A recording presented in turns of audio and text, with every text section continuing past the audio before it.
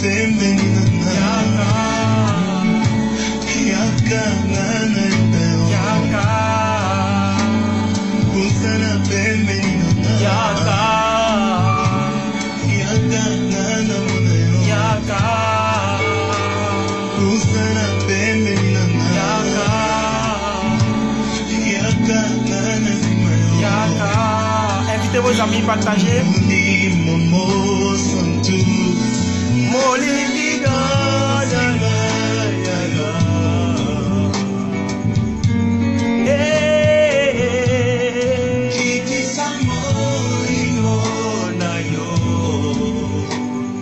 partagez, partagez, shalom, shalom, shalom. Mogalito na yo.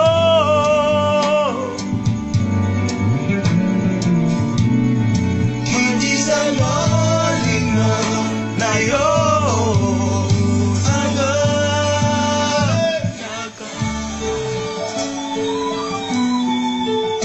Yaka. Partagez très vite. Yaka. Soyez la bienvenue, soyez la bienvenue. Yaka. Vous êtes sur la plateforme de la vérité. Yaka. Oh, Rakataraba. Oh, Raka. Yaka, Yaka. Yaka. Yaka, Yaka. Yaka. Yaka. Yaka. Yaka. Yaka. Yaka. Oh, parle-nous Seigneur, parle-nous Seigneur. Parle-nous Seigneur, délivre-nous, délivre des familles. Délivre une tante, délivre une maman. Délivre un frère, délivre un tonton ce soir. Restons-nous par ta parole, purifie-nous. Oh, oh, oh, oh. Hey, hey, hey. Oh, ratarababababa, soto. Soyez bénis, bien-aimés frères et sœurs. Restez bénis, demeurez bénis. Ce soir, vous êtes sur la page du shérif de la vérité, l'évangéliste Dadji Herman, alias plus que vainqueur. Nous sommes plus que vainqueurs en Jésus-Christ. Alléluia, gloire à Dieu. Que mon Dieu vous bénisse. Essayez de me saluer aussi comme Maman Christ le fait pour que je puisse savoir qui est là, afin de pouvoir dire votre nom en prélude de cette vidéo. Maman Christ m'anime. God bless you. Que Dieu vous bénisse. Et restez bénis, demeurez bénis. Aujourd'hui, nous sommes là pour l'acte 2 de notre enseignement que nous avons prêché. Excusez-moi s'il n'y a pas de bonne lumière aujourd'hui. Et depuis la fois dernière, il n'y a pas de bonne lumière. Mais nous faisons l'effort de parler. Voilà, dans ces conditions. Et j'espère que vous êtes dans la joie et que la semaine commence très bien. Alors, bonne fête d'anniversaire à tous les Ivoiriens de la diaspora et à tous les Ivoiriens qui vivent en Côte d'Ivoire comme moi. Hey, Maman Sofa. Je veux 30 personnes pour commencer. Donc, on va continuer avec ce morceau-là et puis on commence tout à l'heure. Aimez l'adoration. Aimez l'adoration. Alléluia. Élevé parmi le peuple, assemblé pour l'adorer. C'est le temps d'inviter, c'est le temps de partager la vidéo, voilà. Oui, je le vois. Je le vois sur ta destinée, bien-aimé. Je le vois dans ta vie. J'ai vu l'agneau et Seigneur sur son trône. Il règne tout. Shalom, shalom tout le monde. Partagez, invitez. Invitez très rapidement, partagez la vidéo sur vos murs. Oui, je le vois. Est-ce que tu peux dire oui, je le vois? En tout cas, moi, je le vois.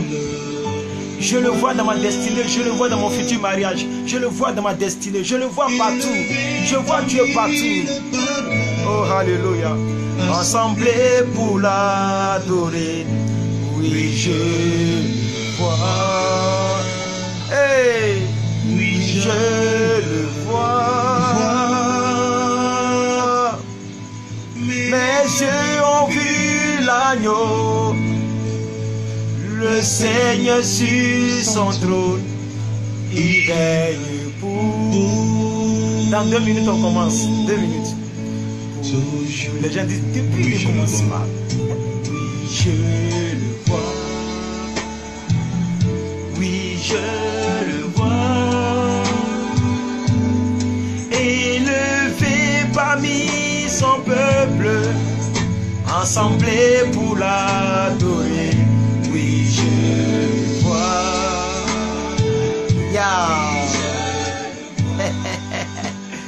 Que Dieu vous bénisse, que Dieu vous maintienne béni. Ce soir, nous sommes là dans notre acte 2.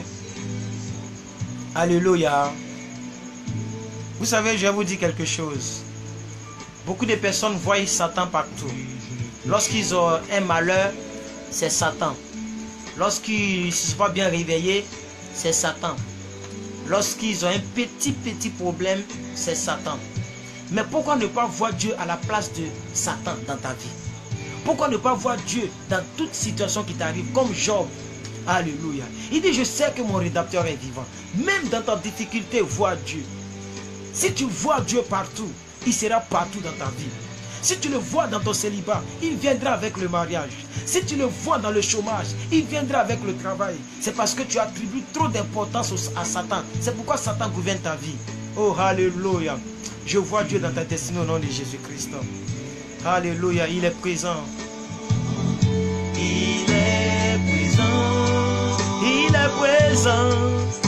Levé parmi le peuple, assemblé pour l'adorer. Il est présent. Il est présent. Ok, on va continuer. Voilà, on va commencer. Le déséquilibre dans l'église moderne. Voilà. Le déséquilibre dans l'église moderne. Nous voulons parler aujourd'hui d'un thème très capital, très évocateur. Et nous voulons parler du déséquilibre sexuel. Cette vidéo est interdite aux personnes qui ont moins de 15 ans, comme je l'ai dit. Voilà, et nous allons parler ce soir. Alors bonsoir, bonjour à toutes les personnes qui m'ont salué. Que la grâce et la paix du Seigneur soient sur votre vie. Alléluia. Nous allons prendre notre verset de base. Nous allons prendre notre verset de base, bien aimés frères et sœurs. Dans le livre de Deutéronome chapitre 28, verset 1 à 3. Deutéronome 28, verset 1 à 3. Deutéronome 28, verset 1 à 3. Deutéronome chapitre 28, verset 1 à 3. Deutéronome, Ancien Testament bien sûr.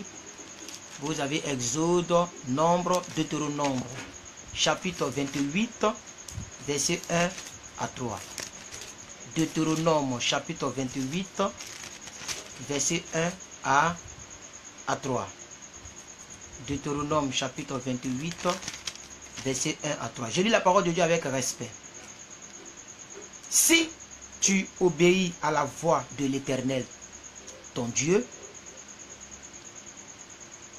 en observant et en mettant en pratique tous ces commandements que je te prescris aujourd'hui, l'Éternel, ton Dieu, te donnera la supériorité sur toutes les nations de la terre. Ça, c'est le verset 1. Je vais continuer avec la version de Maman Christ en lisant le verset 2 et le verset 3. Donc, j'attends le verset 2. Merci, Maman Christ.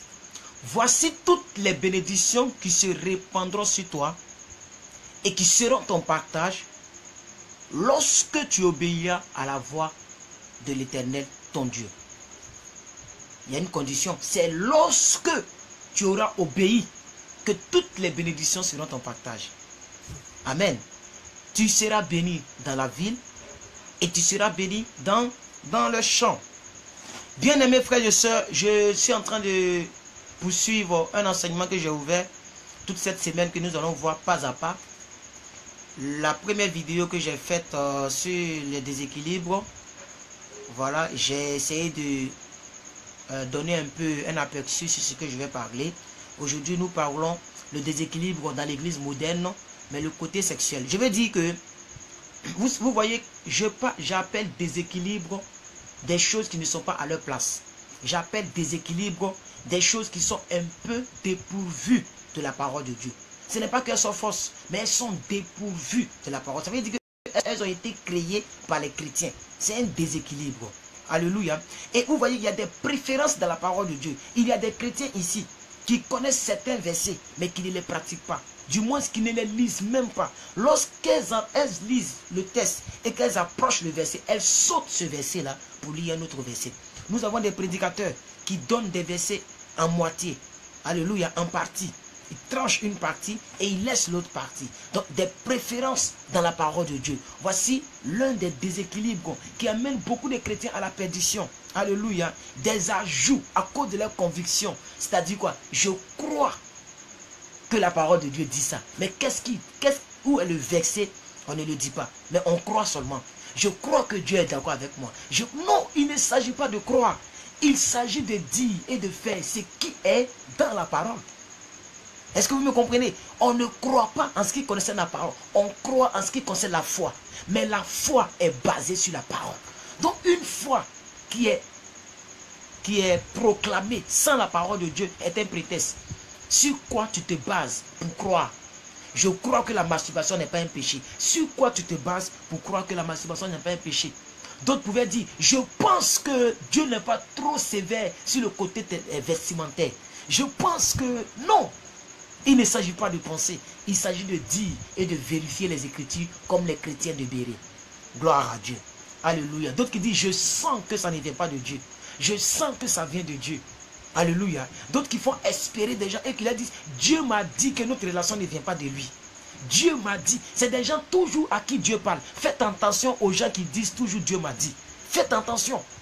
Depuis combien de fois je fais des vidéos et que les gens me regardent? Depuis combien de fois je vous ai dit ici, Dieu me dit que ma soeur Prenushka, tu auras telle chose, tu auras telle chose. Je n'ai pas ce temps-là. Le jour que Dieu me dira, je te dirai en une bosse. Mais je ne pourrai jamais inventer les Dieu me dit. Et je vais vous donner un indice pour reconnaître les faux pasteurs, les bonbons pasteurs. Toujours c'est à eux que Dieu parle. Je sens ici, je vois ici, Dieu me dit ici, Dieu me dit par là. Toujours, Dieu n'est pas bavard. Je suis désolé de vous le dire, Dieu ne bavarde pas beaucoup, Dieu agit. Et quand Dieu parle, c'est précis, c'est concis. Un roi ne parle pas, un chef du village ne parle pas beaucoup. Quand il vient, c'est pour trancher. Mais toujours Dieu m'a dit, faites attention. Dieu m'a dit que tu es ma femme. Il voit la fille, elle est jolie. Si tu ne sais pas draguer femme, va prier Dieu pour qu'il te donne l'art de draguer une femme. Il ne faut pas mentir sur son nom, il ne t'a rien dit. Il ne t'a rien dit. Mais tu dis que Dieu m'a dit que tu es ma femme. Elle te regarde, tu ne lui plais pas. Tu es sale, tu es vilain. Bon, excusez-moi, bon, pas vilain, mais tu es sale. Sale spirituellement, sale corporellement. Mais tu ne veux pas plaire à la soeur en Christ. Ce n'est pas parce qu'on vient à l'église qu'on est bête. Ce n'est pas parce qu'elle est chrétienne, qu'elle n'est pas intelligente, qu'elle ne connaît pas aussi les bonnes odeurs, qu'elle ne connaît pas les bons parfums, qu'elle ne connaît pas des gens qui savent donner aussi, des gens qui savent donner des fleurs. Donc arrêtez de dire Dieu me dit, Dieu me dit, Dieu me dit, lorsque vous êtes incapable d'arriver à un standard dans la vie chrétienne. C'est un déséquilibre que nous vivons malheureusement. Et plus l'église se modernise, plus ces gens d'individus sont en train d'infiltrer l'église. Et le monde est retrouvé dans l'église. Quelqu'un a dit, j'ai cherché l'église dehors. Mais malheureusement, brusquement, soudainement, tristement, j'ai trouvé le monde dans l'église. Il a cherché l'église dehors. Il est venu se réfugier pour fuir les escroqueries dans l'église, pour fuir les mensonges. Mais il vient dans l'église, il trouve encore les mensonges. C'est alors que beaucoup de chrétiens, beaucoup de personnes ne font plus confiance à l'église, ne font plus confiance même au Saint-Esprit. Parce que nous qui sommes les chrétiens, nous sommes déséquilibrés, nous sommes dépourvus de sens, nous sommes dépourvus de chemin. Nous prenons tous les chemins qui s'offrent à nous. On n'a pas de discernement, on n'a pas de préférence. Oh, alléluia, gloire à Dieu. J'ai eu une vision. J'ai eu une vision. Non, j'ai rêvé, tu es ma femme. Mais c'est trop facile. Je vous dis à toutes mes soeurs, parce que les gens qui me regardent ici sont dominés par l'être féminine. L'être féminin, ou bien je sais pas, par la femme. Les gens qui me regardent sont dominés par la femme. Je dis à toutes mes soeurs, à toutes les mamans, un homme qui vient te dire que Dieu me dit que tu es ma femme, il faut lui dire, il va dire à ton Dieu qu'il me dise aussi que tu es mon mari. Il faut lui dire ça. Ce n'est pas de l'impolitesse. S'ils veulent qu'ils disent que tu es impoli, c'est pas grave. La vérité là, ça rougit souvent les yeux. C'est pourquoi jusqu'à présent, je vois toujours les 20 personnes, les 30 personnes qui me suivent. Comme je le dis toujours. Parce que je dis la vérité. Donc les gens n'ont pas assez, comme le dit quelqu'un, assez de couilles pour venir regarder. Combien de garçons qui viennent regarder ceci? Est-ce que ce que j'ai dit, c'est pas biblique? Ce que j'ai dit, ça ne peut pas changer la vie de quelqu'un. Mais combien de personnes prennent l'engagement de venir suivre chaque fois? Parce que les gens aiment le mensonge. Et la Bible a eu raison de dire qu'au dernier jour, les gens aimeront. Ils aimeront, ce sont les gens qui aimeront de bonnes paroles. Ils aimeront entendre de bonnes paroles. Égoïstes. Dans les derniers temps, les gens seront égoïstes. Ils seront fanfarons, égoïstes, amis, ennemis des gens du bien. Les gens aimeront leur plaisir plus que Dieu. C'est écrit dans la parole de Dieu. Et c'est ce que nous vivons. C'est pourquoi, bien aimé, je prie de tout mon cœur que tu ne fasses pas partie de ces genres de personnes qui déséquilibrent l'église. L'église a 4 piliers, mais les gens font que l'église a 3 piliers. Et ainsi l'église balance. L'église balance. Parce que le 4e pilier est quitté. Le 4e pilier qui est la parole de Dieu est quitté. Les gens croient à l'onction, ils croient au parler en langue, mais ils ne croient pas à la pratique de la parole de Dieu. Dans ta bouche, il y a la parole. Mais dans ta bouche aussi, il y a aussi le mensonge. Dans ta bouche, il y a la parole. Mais dans ta bouche, il y a aussi aller embrasser plusieurs bouches par semaine. Embrasser plusieurs personnes par semaine. Dans la même bouche. La même bouche qu'on prend pour louer Dieu, on prend pour faire des bêtises. Et on espère que la faveur de Dieu va venir sur nos vies. Oh, alléluia, gloire à Dieu. Donc je disais qu'il y a aussi des ajouts à cause de leurs convictions. Pour satisfaire leurs convictions, ils ajoutent quelque chose à la parole. Parce que Gédéon a frappé les gens. Donc j'ai l'onction de Gédéon pour te frapper. Je sens que je dois frapper ce monsieur. Dieu m'a dit de le gifler. C'est pourquoi je l'ai giflé. Où ça écrit? Nulle part. Mais Dieu m'a dit, je sens des ajouts, des convictions, le déséquilibre le plus total que nous voyons. Le Saint-Esprit m'a convaincu. Voilà aussi un autre thème qui revient généralement. Le Saint-Esprit m'a convaincu. La Bible dit que toute chose, on dit non que toute chose sans conviction est fruit du péché. C'est pas ça? Toute chose sans conviction est fruit du péché. C'est ce que la Bible dit. Donc les gens maintenant prennent ce verset pour camoufler ce verset-là. Pour camoufler le mensonge, ils prennent ce verset pour dire, Saint-Esprit m'a convaincu que tu n'es pas mon homme. Alors, quand il te draguait et que tu bouffais son argent, là le Saint-Esprit ne t'a pas convaincu. Là il ne t'a pas convaincu. Vous voyez comment on est déséquilibré? Mais le Saint-Esprit convainc depuis Genèse. La Bible dit que la terre était tohu-bohu. Ça veut dire qu'il y avait de l'obscurité sur la terre. La terre était informe et vide, la version Louis II. Et la Bible nous dit que le Saint-Esprit se mouvait dessus. Donc depuis la création de l'humanité, depuis la création du monde, le Saint-Esprit était en action. Donc pourquoi dès le départ où le monsieur te draguait, le Saint-Esprit ne te parlait pas? Mais où tu as bouffé son argent, il t'a offert voiture, il t'a offert tout, il t'a offert toute sa vie. Tu as bouffé dans lui. Maintenant, tu as eu plus mieux que lui. Tu viens lui dire, le Saint-Esprit m'a dit que tu n'es pas mon homme. Mensonge. Les gens qui mentent sur le Saint-Esprit. Les gens qui mentent sur le Saint-Esprit. C'est aussi un blasphème contre le Saint-Esprit. Et Dieu punira les menteurs. Des gens qui mentent sur le Saint-Esprit. Ils mentent sur Dieu m'a dit. Ils mentent sur j'ai eu un songe. Ils mentent sur j'ai rêvé. Le Seigneur m'a dit. Le Seigneur m'a dit de ne pas lui parler. Le Seigneur m'a dit de ne pas lui adresser la parole. Aïe. Alléluia. Alléluia. Aussi, autre déséquilibre que je vais vous dire avant de... Parce que là, je n'ai pas encore pris le sujet en tant que tel. J'ai dit j'ai besoin de 30 personnes. C'est maman Claire Offert seulement que j'ai vu partager. Si j'ai fait très attention. Maman Claire Offert depuis la Suisse. Big up à toi, maman. À part elle, je n'ai pas encore vu quelqu'un partager. Partagez la vidéo. Maman Chris, partagez la vidéo dans mes 2 groupes. Dans mon groupe 100% vérité de la parole de Dieu et dans mon groupe WhatsApp, s'il vous plaît. Partagez la vidéo, invitez vos amis. Parce que je n'ai pas encore pris le sujet en tant que tel. Aujourd'hui, vous allez m'excuser. On va faire 1h30 minutes. 1h30 minutes, s'il vous plaît. Parce que l'adoration à elle seule a pris presque 10 minutes. Et là, je suis en train d'introduire. Je veux 30 personnes pour commencer même le côté sexuel de la vie chrétienne. Amen. Mais je veux 30. Donc, j'ai besoin de vous. Alléluia, gloire à Dieu. Alors, invitez vos amis. Dépassons les 20 et quelqu'un, invitez encore. Alléluia, gloire à Dieu.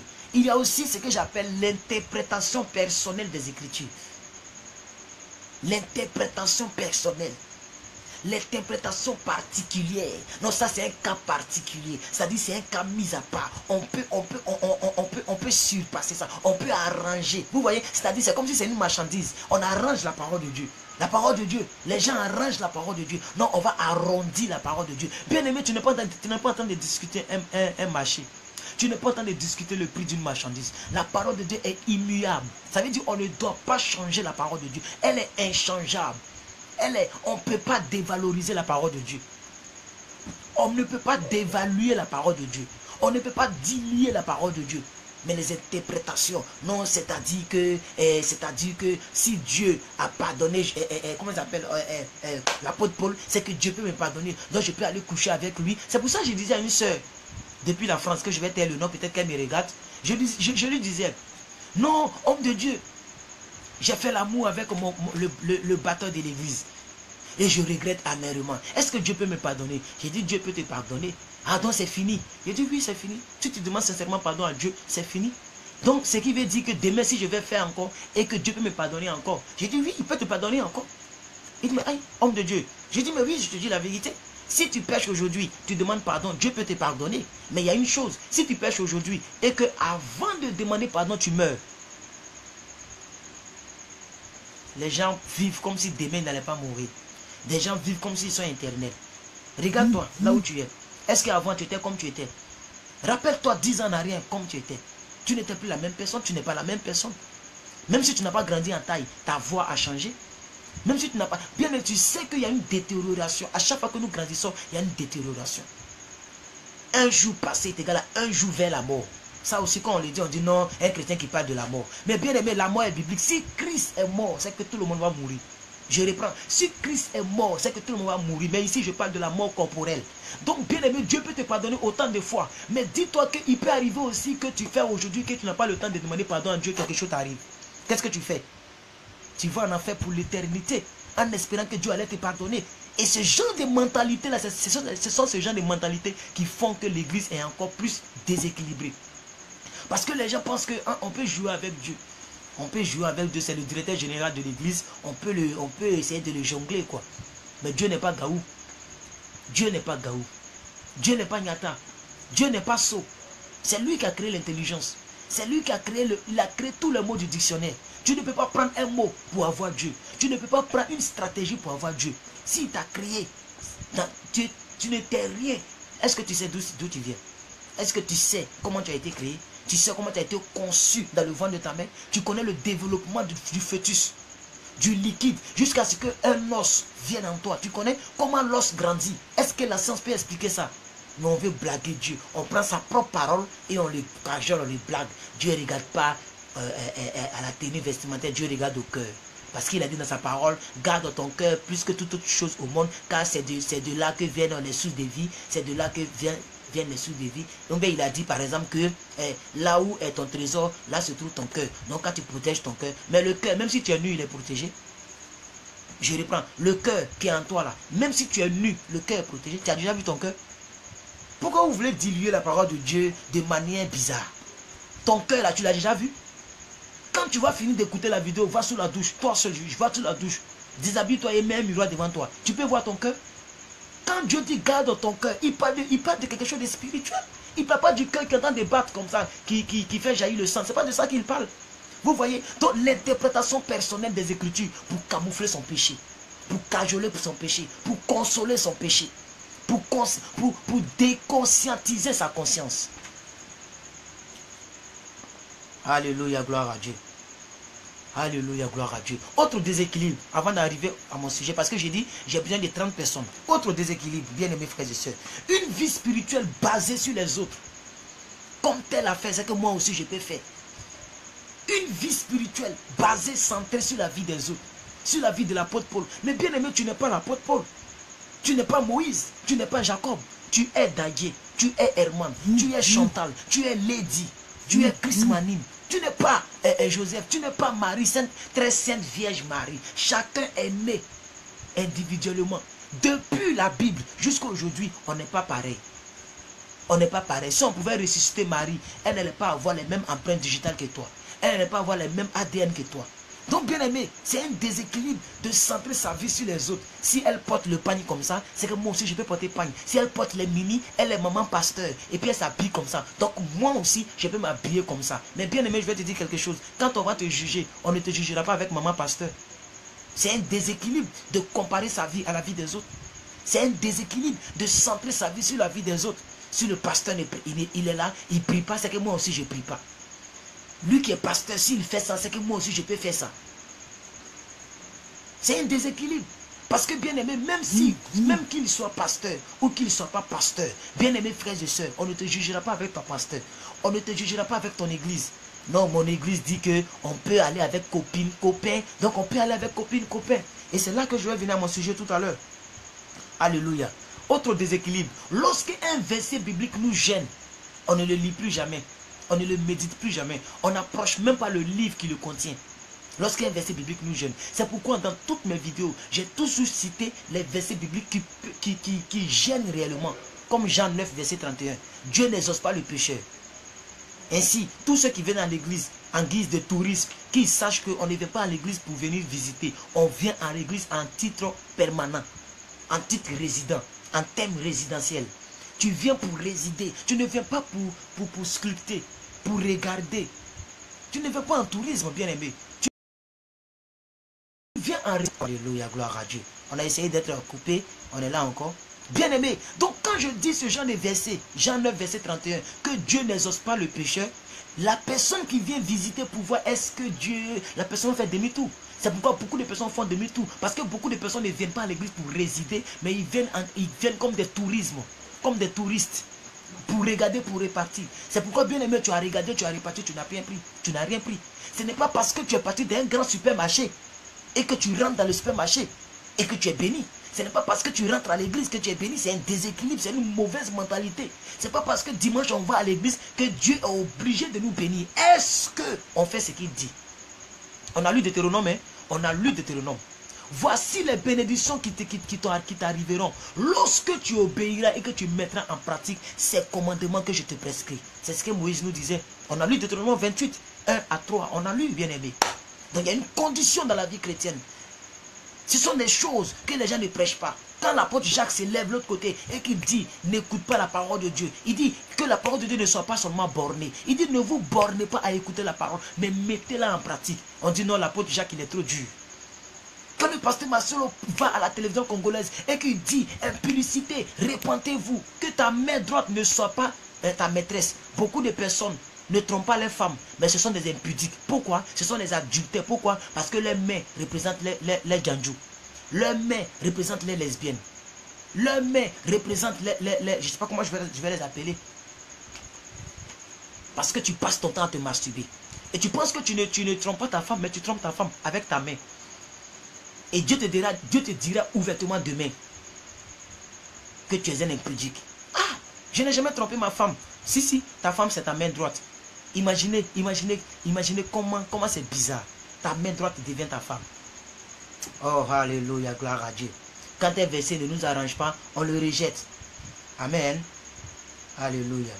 Et autre déséquilibre, nous avons dans l'église beaucoup de personnes qui font une chose que Dieu n'aime pas, mais qui demandent le contraire de la chose. C'est-à-dire, tu fais la chose et tu demandes le contraire. Mais bien aimé, l'église ne sera que déséquilibrée avec ce genre de comportement. Toi-même, tu sais que tu n'es pas encore marié, mais tu fais ce que les mariés font. Tu le sais très bien, mais tu demandes le mariage. Mais aux yeux de Dieu, tu es déjà marié avec ton mari de nuit. Tu es déjà marié tu es déjà uni avec la personne avec qui tu sors. Vous voyez comment les gens prient mal? Tu es dans la fornication, tu es dans le péché sexuel. Mais tu demandes à Dieu de t'envoyer ton âme sœur. Mais tu es déjà lié avec une âme de quelqu'un d'autre. Mais Dieu n'est pas dans le désordre. C'est pourquoi l'église aussi est déséquilibrée. Parce que tout est mélangé. Même les requêtes dans la prière sont mélangées. On ne demande pas à Dieu ce qu'on a. Ça devient de la sorcellerie. Tu es déjà marié, tu demandes quel mari? Tu es marié. C'est lui que tu appelles, non, homme de Dieu, non, on sort ensemble. Quand je vois beaucoup de... Je suis en train de parler comme ça. Hein. Aujourd'hui, on n'aura pas trop de versets. Quand je vois beaucoup de personnes qui m'écrivent en inbox, non, homme de Dieu, je sortais avec tant, et puis après je sors avec tant. Je dis, mais est-ce que tu es marié? Non. Mais non, tu sors avec elle. C'est ce que j'ai dit un jour à une dame. Elle a commencé à rire. Depuis ce jour, elle me regarde chaque fois. Peut-être qu'elle est là, mais je ne dirai pas son nom. Alléluia, pour son intégrité. Elle me disait, homme de Dieu, je sortais avec tel. Et puis maintenant, je sors avec celui-ci. Mais je ne sais plus qui choisir. J'ai dit, mais tu sors avec celui-ci, tu vas où? Elle dit, comment ça je vais où? J'ai dit, non, quand on sort avec quelqu'un, on va quelque part. Elle dit, non, je voulais dire qu'on sort ensemble. J'ai dit, mais de quelle sortie tu parles? Elle dit, non, je voulais dire qu'on couche ensemble. J'ai dit, voilà, il faut dire les choses telles qu'elles sont. Vous voulez camoufler, vous voyez, non, pour ne pas que ça soit quelque chose de dramatique, on sort ensemble. Là, comme ça, c'est pas trop grave. Il faut dire, on couche ensemble. Il faut dire, je me couche en bas de lui. Il faut le dire. Pourquoi tu ne le dis pas? Tu sais que c'est gênant. Tu sais que c'est gênant. Et beaucoup de personnes ont commencé à créer des expressions. Les expressions païennes sont rentrées dans l'église. Je sors avec lui. Là, c'est pas trop grave. Bien aimé, désormais, il faut dire, je couche avec lui. Il faut le dire. Je couche avec lui. Parce que quand on sort, on va quelque part. Quand tu sors, moi, c'est ce que je me dis. Je ne suis pas au sens figuré. Un chrétien ne parle pas au sens figuré. Je parle au sens propre. Au sens propre. Quand on sort, on va quelque part. Vous voyez, donc vous voulez cajoler, vous voulez un peu arrondir les choses pour ne pas que ça fasse trop mal à ton cœur. Mais bien aimé, que tu arranges, que tu n'arranges pas devant Dieu, tu ne sors pas, tu couches. Tu partages la nudité avec peut-être une femme de quelqu'un d'autre. Tu partages la nudité avec un homme de quelqu'un d'autre. Tu es un impudique. Tu es une adultère. Mais tu dis non, on sortait ensemble. On sort ensemble. À partir d'aujourd'hui, il faut savoir bien dire à Dieu. Dis à Dieu, je couche avec lui. Parle à Dieu sérieusement. Il faut laisser, on sort ensemble. Parce que quand on sort, on va quelque part. Alléluia, gloire à Dieu. Amen. Plusieurs personnes ignorent la vérité au sujet du sexe. C'est pourquoi aujourd'hui, je vous ai dit que nous allons faire 1h30. Donc, il nous reste 1 heure de prédication. Alléluia. Il nous reste 1 heure de prédication. Alors, je voudrais qu'on lise un verset d'abord. Et on va maintenant parler de ce qui vous fait rire. Comme je vois les gens qui rient. On sort ensemble, on va en parler. Et quand on sort, on va quelque part. On sort ensemble. On sort ensemble, on va où? C'est ça. Quand on sort là, on va quelque part. Mais vous dites, tu me dis, vous sortez ensemble, vous partez où? Elle a commencé à rire fatiguée. Non, homme de Dieu, ça me fait rire. Oh, homme de Dieu. Il dit, non, faut pas rire, maman. Faut pas rire. Faut pas rire. Vous vous couchez en bas de quelqu'un qui n'est peut-être pas votre mari. Même si c'est votre mari que Dieu a tracé dans le plan de Dieu. Mais pendant que vous vous couchez en bas de lui et qu'il ne t'a pas encore marié, c'est un péché. Si demain il était marié, ce n'est pas péché. Mais ça là, c'est un péché. Alléluia, gloire à Dieu. Nous sommes dans Exode, chapitre 20, verset 14 à 17. Exode, chapitre 20, verset 14 à 17. Exode, chapitre 20, verset 14 à 17. Exode, chapitre 20, verset 14 à 17. Exode, le livre des lois, hein, les 10 commandements. Exode, chapitre 20. Tout le chapitre 20 parle des 10 commandements. Hein. Et vous allez voir que parmi les 10 commandements, Dieu parle du sexe. Donc le sexe, ce n'est pas quelque chose de sale. Le mot sexe, ça. Vous voyez, aujourd'hui, quand on parle du sexe, les gens disent, mais il est jeune et puis il parle de ces choses. Non. C'est comme si on peut dire la langue. Vous voyez comment est-ce que la conscience a été formatée dans une seule dimension. Où le mot sexe, on voit ça en saleté. On voit ça en il est peut-être, je ne sais pas moi, il est pervers. Il n'y a pas de perversité. On peut dire mon œil. Pourquoi quand tu dis ton œil, ça ne te dit rien, mais quand on parle de sexe, les gens sont gênés. Si le sexe était bizarre, ça n'allait pas être dans la Bible. Si ça y est ici, si Dieu en parle, c'est que ce n'est pas une histoire de bizarrerie. Amen. Exode 20, verset 14. Tu ne commettras point d'adultère. C'est écrit noir sur blanc. Tu ne commettras point d'adultère. Tu ne déroberas point. Tu ne porteras point de faux témoignages contre ton prochain. C'est le verset 17, le verset 14 et le verset 17, ça me plaît beaucoup. Maman Christ, merci d'avoir donné le verset 14. Donnez directement le verset 17. Laissez les autres. Regardez le verset 17. Tu ne convoiteras point la maison de ton prochain. Tu ne convoiteras point la femme de ton prochain. Je vais m'arrêter là. C'est pas moi qui l'ai dit. Le mot convoiter, dans le sens propre du mot convoiter là, ça veut dire qu'il ne faut pas mater. C'est vous qui aimez les mots modernes, puisque l'église est devenue moderne. Donc on va utiliser les termes modernes. Tu es là, tu mates. Tu es là mater les fesses de la femme de ton prochain. Tu es là mater la femme. Tu l'as convoité la femme. Si je pouvais la voir allongée sur mon lit. La femme elle est habillée, mais toi tu la vois nue. Tu as des yeux microscopiques. Tes yeux sont devenus plus puissants, performants que le microscope. Plus performants que les caméras que les blancs ont créées. Parce que toi, pour toi là, c'est en même temps infrarouge. Tu vois la femme nue, tu convoites, bien-aimé. Aussi longtemps qu'une femme n'est pas ta femme, tu ne dois pas la convoiter. Parce que la Bible dit clairement que si tu regardes une femme, que tu la convoites dans ton cœur, tu as déjà commis l'adultère avec elle. C'est ce que Jésus a dit. Ici au moins ils ont dit convoiter, ils ne sont pas allés en profondeur. Mais Jésus est allé en profondeur. Maman Christ, allez sur Google s'il vous plaît, et puis cherchez-moi ce verset, parce que je n'ai pas ça en tête. Il dit, c'est lui qui convoite, c'est lui qui regarde une femme et la convoite dans son cœur. Donc le mot convoiter, ça veut dire, tu la regardes, tu la déshabilles. Tu la regardes, tu la dessines. Tu la regardes, tu attends de la calquer. Vous voyez, quand on était enfant, on met l'image et puis on fait passer, on la calquer. C'est ça non calquer, c'est ça non, c'est calquer non. C'est-à-dire on fait passer sur les mêmes traces et quand on enlève l'image, les traces restent sur le papier vierge. Et on fait passer le crayon et on dit on a dessiné. Tu n'as pas dessiné, tu as calqué. Tu as convoité, tu as triché, tu l'as calqué enfant des gens. Tu l'as convoité enfant des gens. Et maintenant c'est devenu chose récurrente. Quand les jeunes filles, quand les gens viennent à l'église, ça se mate entre eux, ça se mate. Voilà. Les garçons regardent ici, les filles regardent ici, tout est mélangé, tout est déséquilibré. C'est un péché, bien aimé. C'est un péché. Et nous devons vraiment, vraiment abandonner ce genre de pratique. Alléluia. Moi, à chaque fois que je vois ça, je ferme mes yeux. À chaque fois. Je ferme mes yeux comme ça. J'abaisse ma tête. Oui, j'abaisse ma tête. Je fais tout pour ne pas regarder. Même quand j'ai vu, quand c'est flash, j'enlève rapidement pour ne pas que le flash se transforme en image. Parce que vous savez, l'image, lorsque l'image est formée, ça crée l'action. Est-ce que vous comprenez de quoi je parle, bien-aimé? Et c'est écrit noir sur blanc. Bien-aimé, c'est un déséquilibre, le fait de mater les gens dans l'église. C'est un déséquilibre. Quand tu regardes la femme et que tu regardes l'homme et que tu commences à mater l'homme, c'est un déséquilibre. Merci maman Christ. Je vais lire ici, vous allez voir. Merci maman Christ. Matthieu 5, verset 28. Merci maman Christ pour les recherches. Mais moi, quand vous prenez le verset 27, il a dit quoi? Il dit, vous avez appris. Il dit, vous avez appris. Ou bien Moïse vous a dit on vous a dit que tu ne convoiteras pas la femme de ton prochain. Maman Christ, donnez le verset 27, s'il vous plaît. Matthieu 5, verset 27. Je vais bien le lire parce qu'il faut que le peuple de Dieu comprenne que cette histoire de sexe, ça c'est pas amusement. Cette histoire de relation, c'est pas amusement. C'est pourquoi je vous ai demandé 1h30, s'il vous plaît.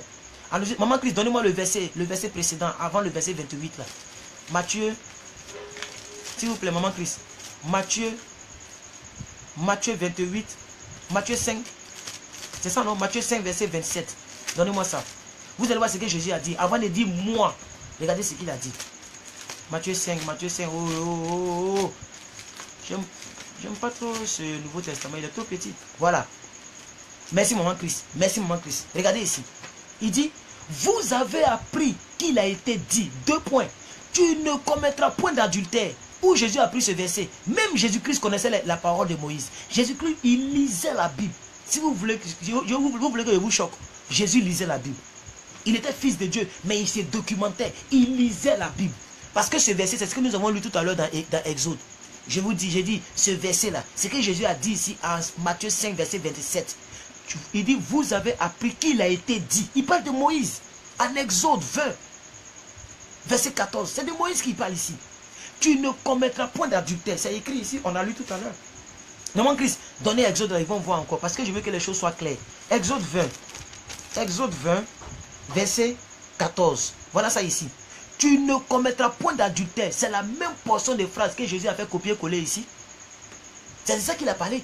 Maintenant, c'est Exode 20, verset 14 que Jésus a approfondi. Alléluia.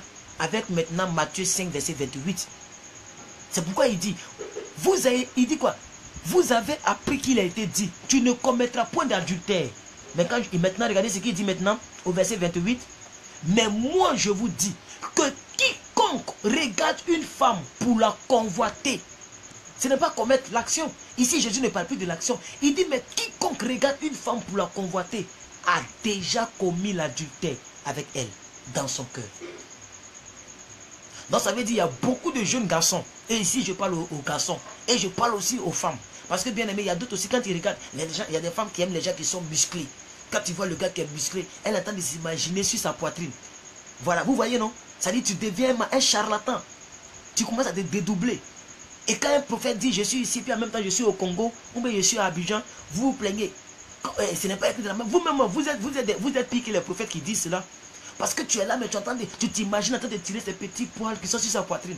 Parce que tu le vois en forme. Et comme tu aimes les gens qui sont en forme, et quand tu es dans le monde, tu as tellement expérimenté les gros garçons, quand tu vois le jeune loupard qui veut donner son cœur à Dieu, toi, au lieu de glorifier le nom du Seigneur, tu es là le mater ses muscles. Et tu t'imagines, s'il pouvait me prendre, si un homme comme ça me prenait, il allait m'envoyer en même temps sur Jésus-Christ de Nazareth. Est-ce que vous comprenez de quoi je parle? C'est vrai, ça peut faire rire. Mais je vous dis la vérité, bien aimé. Les déséquilibres dans l'église. Alléluia. Et quand on dit aux gens que, par exemple, la masturbation ne vient pas de Dieu, on nous demande, les gens nous demandent que, mais où c'est écrit qu'on ne doit pas se masturber? Écoutez, je vais vous dire quelque chose. Je vais vous dire quelque chose très très clairement. Et je suis très très sérieux avec vous. Partagez la vidéo, invitez, parce que je vais parler. Je vous ai demandé 1h30. Je vais remplir les 1h30 de tout ce que Dieu a mis dans mon cœur. Parce que toute cette semaine-là, on va parler des déséquilibres. Et je vous ai dit dans la vidéo précédente que quand on parle de l'église moderne, on ne parle pas d'un bâtiment où il y a les pianos, où il y a les gens, il y a des micros, et on appelle l'église. Si c'est ça qu'on appelle l'église, mais c'est que la mairie, c'est une église. Parce qu'à la mairie, il y a des pianos pour les célébrations, il y a des micros pour que le maire puisse bénir le mariage. Mais ce n'est pas tous ceux qui se marient qui sont chrétiens. L'église, c'est vous et c'est moi. L'église, ce sont des personnes qui confessent le nom de Dieu dans un lieu. Et c'est pourquoi Dieu a dit, Jésus a dit, là où 2, 3 sont assemblés en mon nom, le Saint-Esprit sera là. C'est ça qui s'appelle l'église moderne. Alléluia. L'église moderne. Gloire à Dieu. Donc on me demande, mais où est-ce que la masturbation est écrite dans la Bible? Où c'est écrit dans la Bible? Alléluia. Maintenant, moi je vous demande, c'est vrai, la masturbation n'est pas écrite dans la Bible, c'est ça, non? C'est pas écrit textuellement, littéralement. Alléluia. La masturbation n'est pas écrite dans la Bible, c'est pas ça? Moi aussi je vous demande, où c'est écrit dans la Bible les comptes bancaires? Où c'est écrit dans la Bible les voitures? Où c'est écrit dans la Bible les villas? Où c'est écrit dans la Bible les cravates, les vestes? Où c'est écrit dans la Bible? Où c'est écrit dans la Bible? Jésus a-t-il porté cravate? Est-ce que Jésus a roulé des BMW? Maintenant, nous tous qui sommes ici, là, si Dieu nous disait si Dieu nous promet une BMW, on va prendre ou on ne va pas prendre? On va prendre. Mais pourquoi quand c'est ça, là on ne parle pas. Mais quand c'est l'autre, là on parle. Où c'est écrit? Où c'est écrit qu'on ne doit pas fumer? Où c'est écrit qu'on ne doit pas boire? Où c'est aussi écrit qu'on doit avoir des maisons? Où c'est aussi écrit qu'on doit avoir des billets d'avion? Le passeport, il est écrit où? Il y a des gens ici qui gênent pour des passeports. Il y a des gens ici là qui gênent pour des visas. Mais au temps de Jésus, il n'y avait pas de visa. Hein? Mais il y a des gens ici qui gênent pour visa. Mais où c'est écrit qu'on doit gêner pour visa? Donc les gens commencent à marcher de manière préférentielle. Quand ça me plaît, alors j'adhère. Quand ça ne me plaît pas, alors je cherche des arguments. Donc des chrétiens qui cherchent des arguments pour couvrir leurs fautes, ce sont des chrétiens déséquilibrés. Et ce sont ces gens de chrétiens que la Bible appelle népios. Alléluia. Donc ce sont des questions d'autodéfense. Pour se défendre dans sa masturbation, il pose des questions. Où c'est écrit dans la Bible? Mais est-ce que c'est bon? Ce que tu fais, est-ce que c'est bon? Ça aussi, on ne se pose pas ce genre de questions. C'est vrai que ce n'est pas écrit dans la Bible. Mais est-ce que c'est bon? Mais je peux te dire clairement que l'apôtre Paul a dit, tout m'est permis, mais tout n'est pas utile. Est-ce que pendant que tu te masturbes, c'est utile? Est-ce que c'est permis peut-être, mais est-ce que c'est utile? Mais tu as tellement appris à, excuse-moi pour le thème, à éjaculer en moins de 1 minute. Quand demain tu vas voir ta femme, elle ne t'a même pas encore touché, tu as déjà dit Amen. Et c'est ainsi que les foyers se gâtent. Parce que la jeune sœur, elle s'est rendue pure. Ou elle veut maintenant profiter de la vie conjugale. Toi, dès qu'elle se déshabille, en même temps, je vous ai dit que c'est interdit au moins de 15 ans. Dès qu'elle se déshabille, en même temps, tu as déjà versé. Mais c'est la conséquence de ta pratique. Parce que tu es habitué à aller à la vitesse supérieure en même temps. Mais avant de mettre le véhicule au troisième, il faut passer par la première. Mais toi, tu ne connais pas tout ça.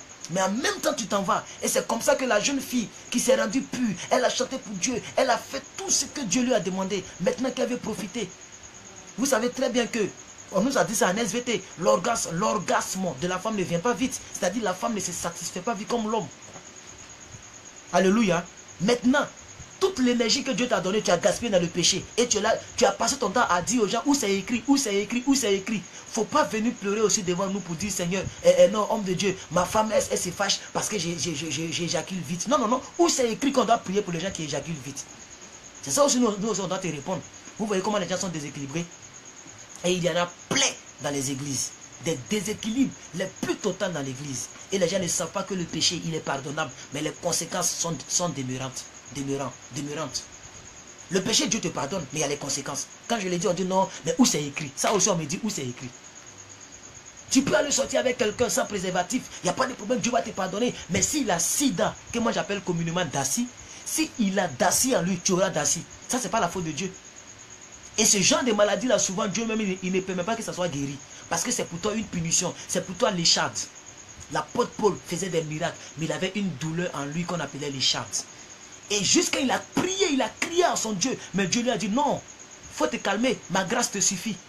Il y a des péchés que Dieu te pardonne, mais l'écharde restera. Et quand tu vas demander la résolution de ce péché-là, la résolution de cette douleur-là, Dieu te dira non, non, non, ma grâce te suffit. Je t'ai donné ma grâce. Normalement, tu ne pouvais pas être mon enfant, mais je fais de